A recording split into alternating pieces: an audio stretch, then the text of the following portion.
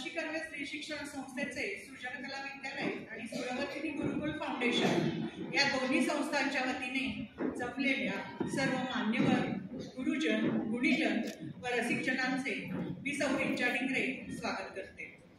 सुरवंतिनी गुरुकुल फाउंडेशनच्या कार्याला 6 वर्ष पूर्ण झाली। हे आमचं आता 7वं वर्ष चालू आहे। आमची संस्था गुरु शिष्य परंपरेनुसार संगीत शिक्षण आणि सांगीतिक कार्यक्रमांचे आयोजन यामार्फत अभिजात शास्त्रीय संगीताचा प्रचार आणि प्रसारासाठी कार्यरत आहे। महर्षी कर्वे स्त्री शिक्षण संस्थेने शास्त्रीय संगीताच्या प्रसारासाठी सृजन कला विद्यालय स्थापन केले आणि त्यामार्फत अखिल भारतीय गांधर्व महाविद्यालयाचे अधिकृत परीक्षा केंद्रही सुरू केले आहे। या वर्षातील आपल्या मैफिलीचा उपक्रम दोन्ही संस्थांच्या संयुक्त विद्यमाने होत आहे। या वर्षातील आपली 4थी मैफिल होय। आजच्या आपल्या मैफिलीत श्री अमित जोशी यांचे एकल तबलावादन सादर होईल। त्यांना संवादिनीवर लहरा साथ करतील सुश्री आकांक्षा केळकर। आता मी आजच्या आपल्या मुख्य कलाकारांची थोडक्यात ओळख करून देते। श्री अमित जोशी यांनी नामवंत तबलावादक व गुरु उस्ताद अल्लारका साहब आणि जगविख्यात तबलावादक उस्ताद जाकीर हुसेन यांच्याकडे तबलावादनाची तालीम घेतली आहे। तसेच उस्ताद तौफिक कुरेशी यांच्याकडे त्यांनी पाश्चात्य तालवाद्य ड्रमची तालीम घेतली। सुविख्यात गायिका विदुषी जयमालाबाई शिलेदार यांच्याकडे गायनाची तालीम त्यांना मिळाली। तबला, ड्रम, अनेक प्रकारचे तालवाद्य, त्याचप्रमाणे इलेक्ट्रॉनिक तालवाद्य या सर्व वादनात ते निपुण आहेत। फिरोदिया पुरस्कार, कल्याणी पुरस्कार, मोहम्मद रफी पुरस्कार अशा विविध पुरस्कारांनी त्यांना सन्मानित करण्यात आला आहे। पंडित अप्पासाहेब जळगावकर, उस्ताद झाकीर हुसेन, विदुषी मनीषा साठे, विदुषी जयमालाबाई शिलेदार, श्री शंकर महादेवन, विदुषी आरती अंकलेकर, पंडित हेमंत पेंडसे अशा अनेक मातब्बर कलाकारांना त्यांनी तबल्याची साथ दिली आहे। America, Europe, Japan, south Africa अशा प्रकारे देशात आणि परदेशात अनेक ठिकाणी त्यांनी त्यांची कला रसिकांसमोर सादर केली आहे। कॉस्मिक बीट्स या स्टुडिओचे ते सर्वस्व आहे। या स्टुडिओमध्ये ऑडिओ आणि व्हिडिओ रेकॉर्डिंग आणि एडिटिंगचे काम होते। अनेक ब्रँड बरोबर त्यांनी फ्युजनचेही कार्यक्रम केले आहेत। त्यांनी विविध संकल्पना घेऊन स्वतः कार्यक्रमांची निर्मिती केली आहे। त्याचबरोबर ते स्वतः संगीतकार आणि संगीत संयोजकही आहेत। आज श्री अमित जोशी यांना संवादिनीवर लहरा साथ करतील सुश्री आकांक्षा केळकर। सुश्री आकांक्षा केळकर या महर्षी कर्वे स्त्री शिक्षण संस्थेच्या महिला आश्रमशाळेत संगीत शिक्षिका आहेत। संगीत शिक्षिका म्हणून कार्यरत आहेत। सृजन कला विद्यालयाच्या ते केंद्र प्रमुखही आहेत।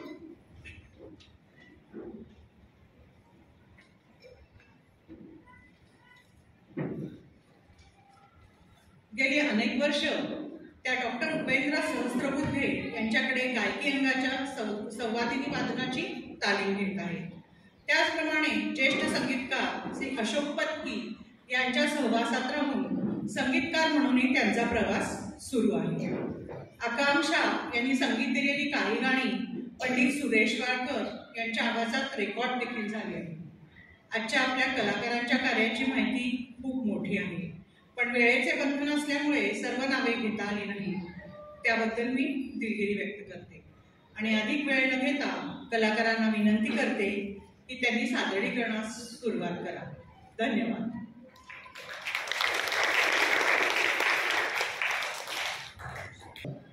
तबला हे असं वाद्य आहे, परकशन इन्स्ट्रुमेंट आहे, ताल वाद्य आहे की जे आता नवीन डेव्हलप पण होते। अजून त्याच्यामध्ये 400 वर्षापूर्वीचं म्हणजे त्याची परंपरा म्हणतात, तर खूप सुंदर वाद्य आहे आणि याच्यातनं खूप वेगवेगळे असे बोल निघतात। जसं आपण बोलतो म्हणजे सगळं तबल्यामध्ये सगळेच विषय आहेत। आपण जे सगळे सब्जेक्ट शिकतो, सायन्स शिकतो, मॅथमॅटिक्स शिकतो, त्याच्यानंतर काय सगळ्यात महत्त्वाचं त्याच्यामध्ये काय आहे तर लँग्वेज आहे। त्याची तबल्याची स्वतःची लँग्वेज आहे। तर जसं आपण बोलतो तसंच तो पण बोलतो। तर त्याची अक्षरं कशी आहेत? हे बघ, ना, दिन, तीट, तिरकीट, तकधैर, थिटथिट ताकतीट, कधी गेलं ताकतीट. आता आपण काय करतो, पहिली आपण अक्षर शिकतो बरोबर. ए बी सी डी इंग्लिशमध्ये शिकतो, अ आ इ ई बरोबर. तशी याची लँग्वेजमध्ये अनेक असे वेगवेगळे अल्फाबेट्स आहेत. त्या अल्फाबेट्सचा मग एक शब्द होतो. सो ती म्हणलं की त्याच्याबरोबर ट जोडला की एक शब्द होतो. तीट, नुसता ती पण आहे तीट. तर अजून एक त्याची फ्रेज झाली, धा तेरे कीट ता तेरे कीट तक तेरे कीट धीरे धीरे कीट. सो फ्रेज झाली. आणि फ्रेजची पुढे काय होते, पॅरेग्राफ. असे ह्याच्यामध्ये एकत्र बोल जेव्हा येतात तेव्हा त्याचा पॅरेग्राफ होतो. एक साधी सेंटेन्स होतं, त्या सेंटेन्सचा पॅरेग्राफ होतो आणि पॅरेग्राफची नंतर अख्खी स्टोरी होते. सो याच्यात मॅथमॅटिक्स पण आहे. मॅथमॅटिक्स म्हणजे मी जेव्हा लय देतो, एक टेम्पो देतो, म्हणजे धा धिन धिन धा धा धिन धिन धा धा धिन धिन धा धा धिन धिन धा. कुठला ताल झाला? 3 ताल. आपण याच्या मात्रा कशा मोजतो?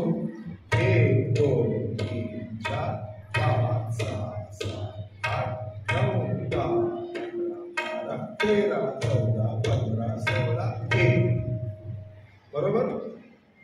सो आपण हे त्याच्यामध्ये नंबर्स पण आणले. सो नंबर झाले की त्याच्यात मॅथमॅटिक्स पण आलं. मॅथमॅटिक्स म्हणजे आपण एक फ्रेज 3 वेळा वाजवली की त्याची काय होते, तिहाई होते बरोबर.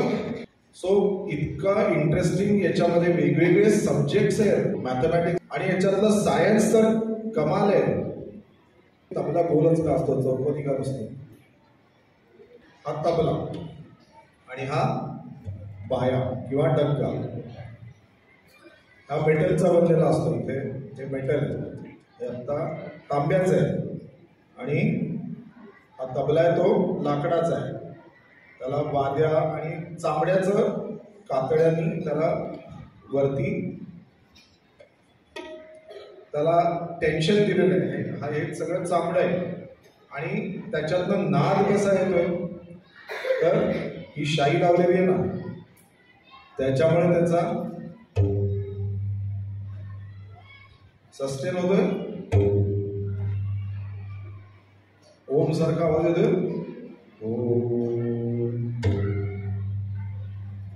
बरोबर.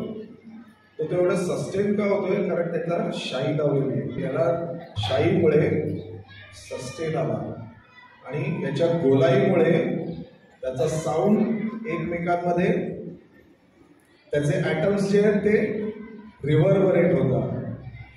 त्यामुळे हा साऊंड चामड्यातनं आणि त्या या शाईच्या मुळे एवढा सस्टेन होतो आणि असा निघतो आवाज. सो याच्यात फिजिक्स पण आहे. आणि ही जी शाई असते ना, या शाईमध्ये खळ पण असते आणि वेगवेगळ्या धातूंची पावडर असते.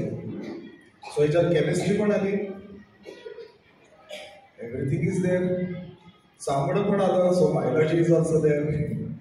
बरोबर की नाही? So chemistry, physics, biology, mathematics आणि सगळ्यात महत्वाचं काय, लँग्वेज. आणि याचा इतिहास आणि भूगोल पण आहेच आहे. तो एक वेगळाच विषय आहे. म्हणजे इतिहास असं सांगायचा तर कुठे 400 वर्षांपूर्वी असं म्हणतात की पखावज मधनं हे इन्स्ट्रुमेंट आलेलं आहे आणि याचं अमीर खुसरोच्या जमान्यामध्ये याचं एक मोठं रेव्होल्युशन झालं. याच्यामध्ये घराणी निघाली आणि कुठे कुठे आपल्यावरती आक्रमणं पण झाली. त्याच्याबरोबर म्युझिक पण आपल्याबरोबर त्याच्याबरोबर आलं आणि तेव्हा खूप रेव्होल्युशन झाल्यामुळे त्याचा इतिहास असा आहे की हे डेव्हलप होत गेलं इन्स्ट्रुमेंट. असं म्हणतात तप बोला म्हणजे पखावज तोडला आणि त्याच्यातनं 2 निर्माण झाले. तप बोला त्याचा तबला अशी एक आख्यायिका आहे. तर हिस्ट्री झाली, जॉग्राफी पण झाली. जॉग्राफी म्हणजे कुठल्या रिजनमध्ये कुठलं घराणं आलं. घराणं म्हणजे काय, द स्टाईल ऑफ प्लेइंग. प्रत्येक स्टाईल ही ह्या वादनामध्ये वेगवेगळी स्टाईल मी वाजवतात तबला. सो त्याच्यामध्ये जॉग्राफी आली म्हणजे फारुखाबाद म्हणतात. तर फारुखाबाद म्हणजे एक जागा आहे. बनारस घराणं म्हणजे एक जागा आहे. पंजाब म्हणजे एक प्लेस आहे. तर त्या प्लेसच्या नावाने ते घराणं प्रचलित झालं. त्या जागेचे उस्ताद पंडित यांनी त्याच्यामध्ये इन्व्हेन्शन्स केली, नवीन नवीन काय काय बोल आणले. आणि त्यामुळे सगळेच टॉपिक्स आहेत त्याच्यामध्ये, हिस्ट्री, जॉग्राफी, मॅथमॅटिक्स, सायन्स आणि लँग्वेज. याच्यात पहिला पेशकार वाजवतात. ठीक आहे, मी पेशकार वाजवतो. 16 मात्रा 3 ताल तुम्हाला आता माहितीच आहे.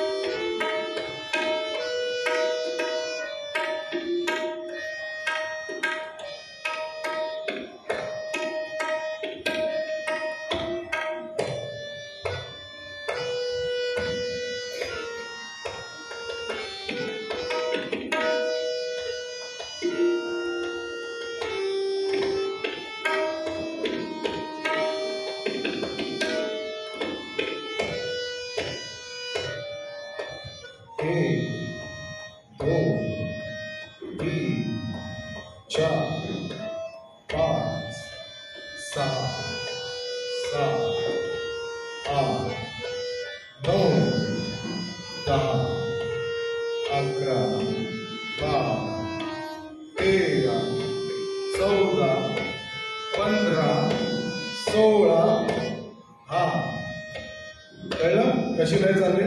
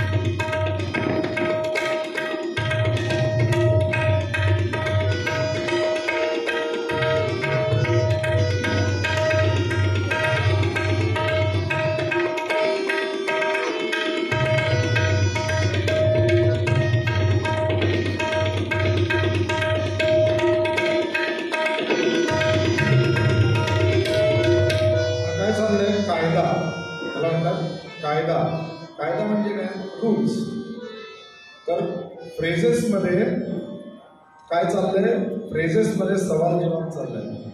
धा तीट धा, धा तीट धा तीट धा धा तीट धा गे तीन नागे, धा तीट धा तीट धा धा तीट धा गे तीन नागे, धा तीट धा तीट धा, धा तीट धा तीट धा धा, धा तीट धा तीट धा धा तीट धा गे तीन नागे. हा क्वेश्चन मार्क झाला, बरोबर. आज काय करतोय, धातीट धातीट धागा तीट धागे तेन्ना केन्ना. आज मी इथे बसलोय, खेळतोय. कसं येईल उत्तर, धातीट धातीट दादा तीट धागे तेन्ना केन्ना, तातीट धातीट धागा तीट धागे तेन्ना केन्ना.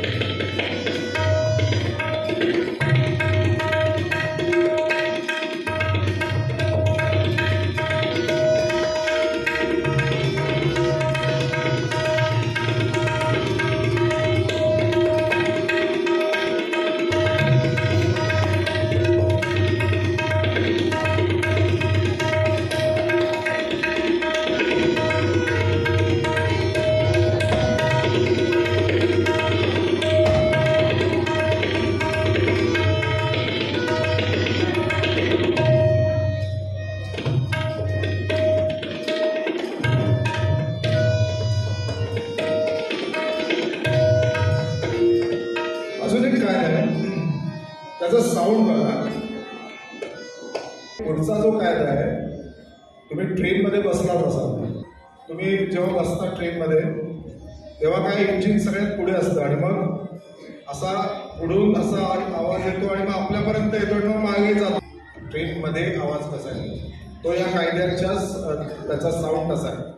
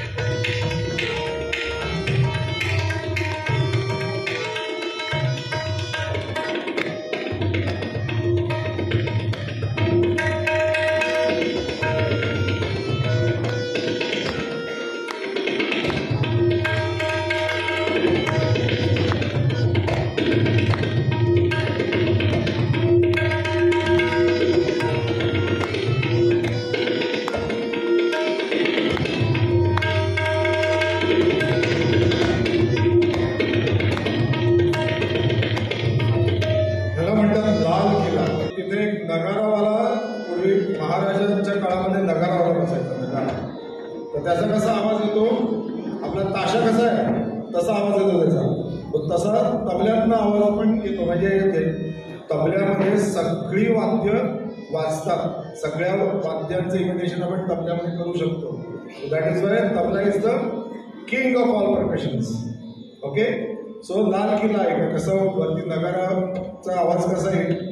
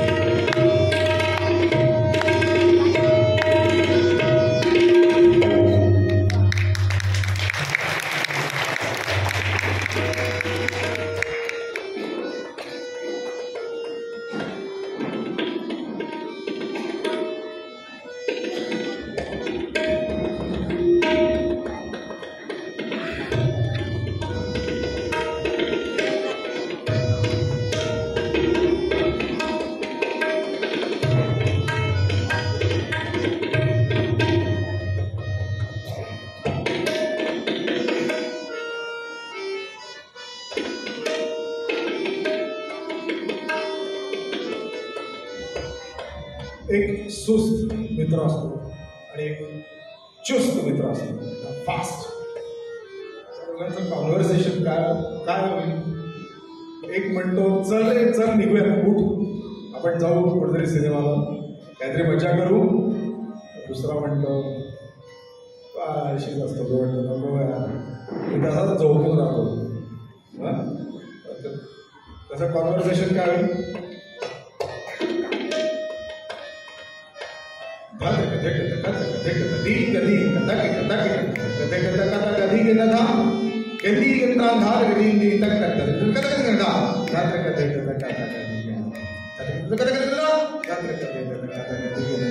मग तो ओरडतो, तो त्याला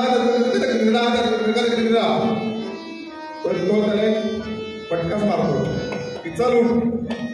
त्याचं कॉन्व्हर्सेशन कसं आहे.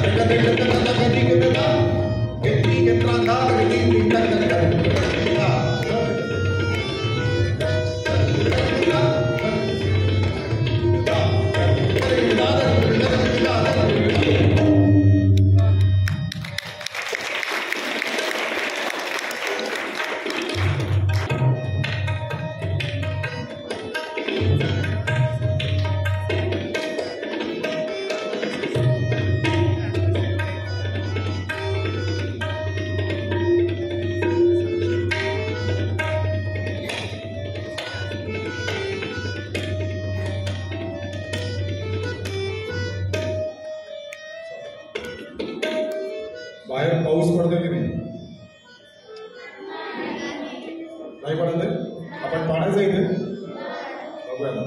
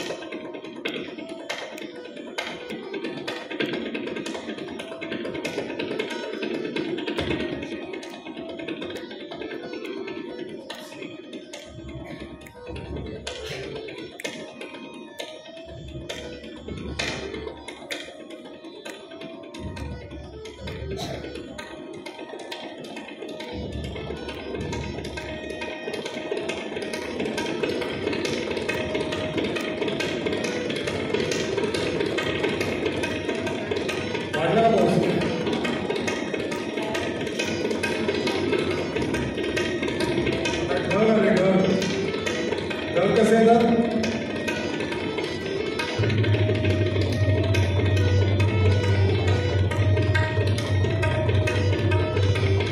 आणि आता 20 पण आली.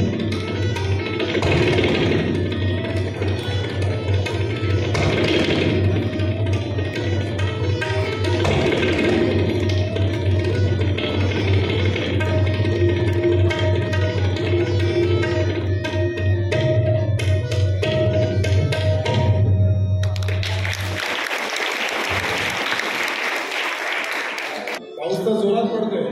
मग आपण कुठे जातो? लोणावळ्याला. तिथे धबधबे पण असतात. धबधब्याच्या खाली बसलो की कसा आवाज येतो? त्याला रेला म्हणतात. रेला म्हणजे काय? Flow of water. कुठलाही फ्लो. पवन का भी रेला होत आहे. पवन का झोका जसं म्हणतात तसं पवन का रेला. तसं पाण्याचा रेला कसा असतो? म्हणजे धबधबा.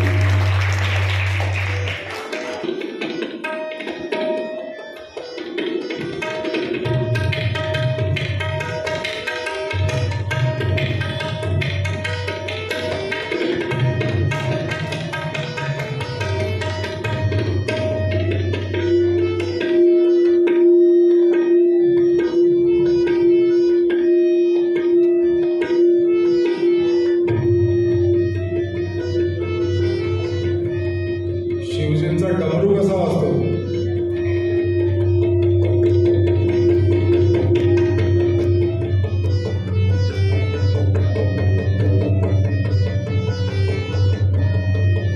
आणि शंख.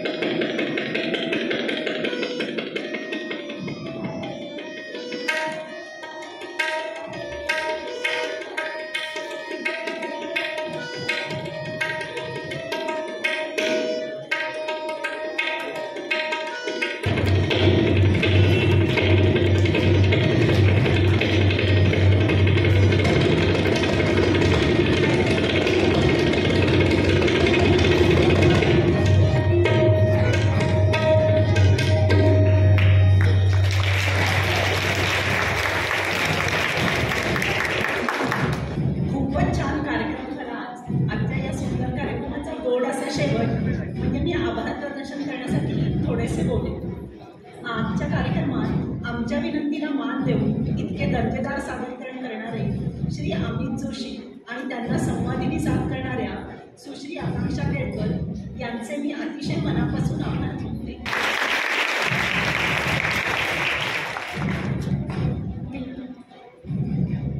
महर्षी कर्वे शिक्षण संस्थेच्या उपकार्याध्यक्षा सौ विद्याताई कुलकर्णी यांना विनंती करते की त्यांनी स्टेजवर येऊन कलाकारांचा सत्कार करावा. श्री अमित जोशी.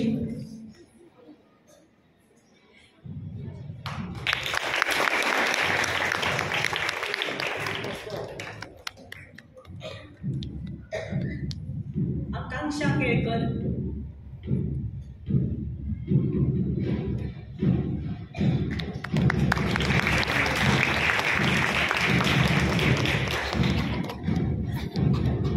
धन्यवाद विद्याताई.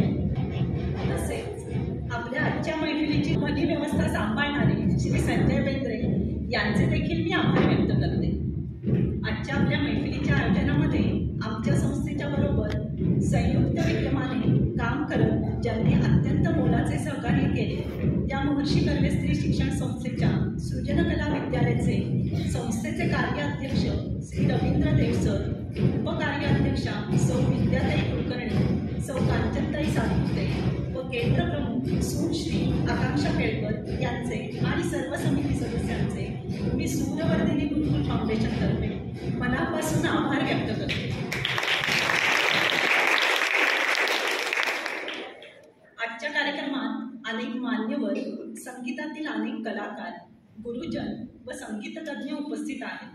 त्यांचेही मी मनापासून आभार मानते की त्यांनी या कार्यक्रमात पूर्ण वेळ उपस्थित राहून या उपक्रमास आशीर्वाद दिले.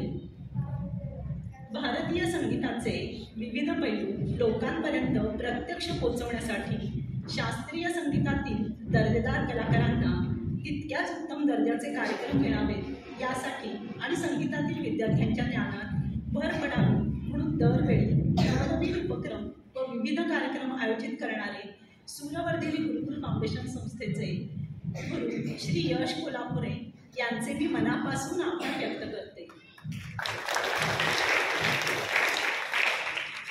सरतेशेवटी रसिकांशिवाय कोणताही कार्यक्रम अपूर्ण आहे. त्यामुळे या कार्यक्रमात उपस्थित सर्व गुणीजन व रसिकजनांचे मी आभार मानते आणि आमच्या पुढील कार्यक्रमांना असेच आशीर्वाद देत राहावे ही नम्र विनंती करते व आजचा कार्यक्रम इथेच संपला.